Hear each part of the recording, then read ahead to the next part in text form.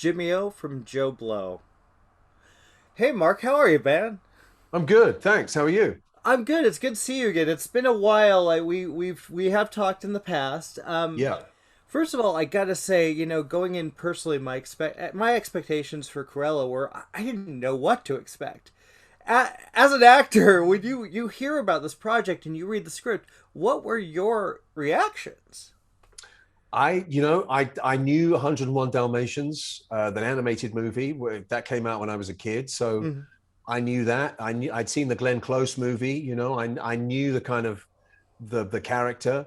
I didn't really have any expectations because, ironically, Craig Gillespie asked to meet me, and I hadn't seen a script at that point. And I loved Lars and the Real Girl and Mm. I Tonya. The movies he'd done. So I just really wanted to meet him, and I wasn't thinking that much of it, and I hadn't, like I said, I hadn't read a script at that point. And he just said, that he wanted me to play this part because the guy doesn't, he's quite a slow burn, the character. He's for the first half of the movie, you don't know where he's coming from, who he is, what he's up to.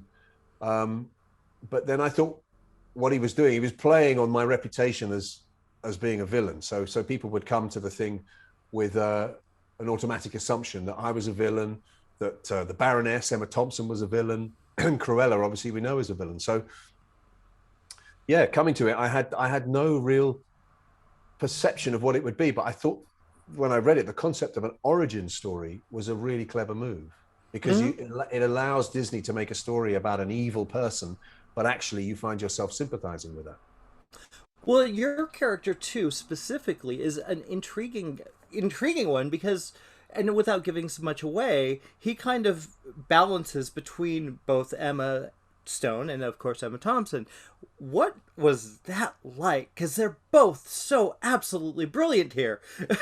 Yeah, I was like, I don't know, I was the meat in the Emma sandwich, if you like. I mean, I was with them on set all the time, and they're great company. I mean, part of movie making is the downtime. You want to be on camera doing your thing and get all of that right, but the majority of time you're kind of waiting for setups to happen.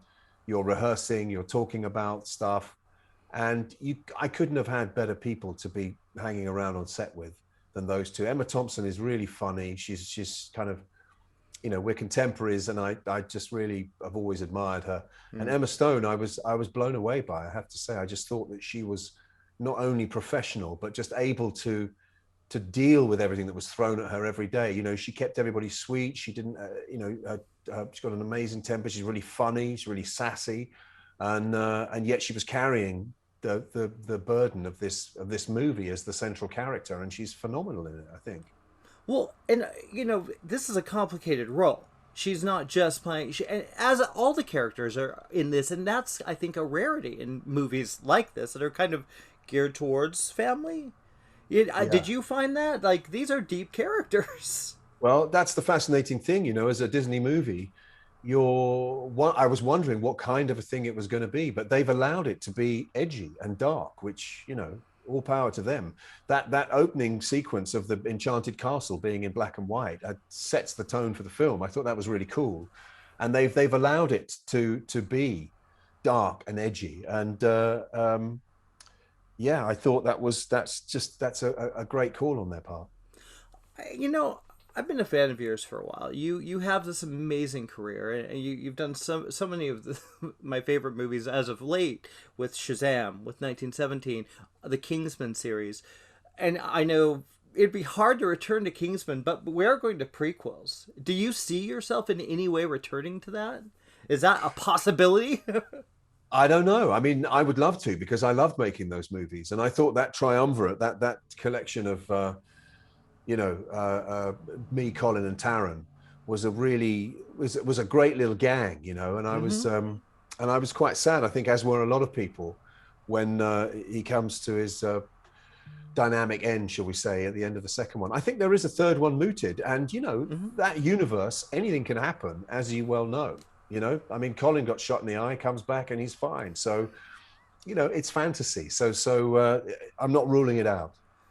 What do you like about this genre? Because you do a lot of fantasy. Obviously, 1917, by the way, what an amazing performance for such a short time absolutely brilliant. But Thank what you. is it about fantasy that kind of drives you into this genre? I think, it's not fantasy per se. It's the fact that I like variety. Mm. I'm trying to choose as many different things as I can, So I did, I don't know, A View from the Bridge on Broadway as a play, and I absolutely love doing that. Then you Wow. find, then you find yourself doing, a serious movie like 1917, which is just incredibly gut wrenching and heartfelt, and then you get the opportunity to play a little bit and be, a sort of bad guy in a big studio picture, which is like therapy in a way, because you're exercising muscles that you don't get to do in everyday life, Yeah. when you're playing a bad guy. So it's fun, and I just keep trying to mix it up as much as possible. That's the thing. Would you, obviously, Cruella, I have a feeling this is going to be a very big success because this is a great film. Okay. I'm honestly, is this a role that you'd like to come back and play in this world a little bit more? I would, and I think the way it was set up at the end seems to imply that there's a possible future life for that gang, and it would be great fun to take further. Yeah, if only because I want to hear another kicking soundtrack like that. I thought Oh that my God. isn't the music's great in it? I mean, Dude, Craig has a really great sort of ear for really great tunes. every single song in this, it's just like it's pumping and it keeps it alive. How Yeah. did was there music on the set? Were you guys listening to this stuff? Did you know? Well, no, I actually I suggested one of the tracks to Craig, and he said, "Listen, actors do this to me all the time, and it never works. But the one I suggested is in the movie because there's so many kind of caper type sequences, Yeah.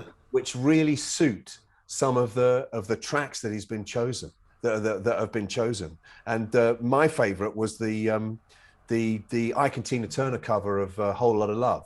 You know, Yes. what Yes. an amazing track. That's the one I kind of said, hey, listen, have you ever heard this? And it's in there. And in fact, there's another one in there. I think Ike and Tina Turner covering Come Together, the Yeah. Beatles track. So Craig has a brilliant ear, and he's chosen some fantastic music. And I think it just goes with the size of the sequences. There's some incredible sequences and some amazing fashion. And all of that topped off with that music means it's a pretty fun ride, I think. Well, it is, and you're always great, man. It's a pleasure talking Oh, again. thanks, pal. It's nice to Cheers, talk buddy. to you. Okay. You take care. Bye. Bye.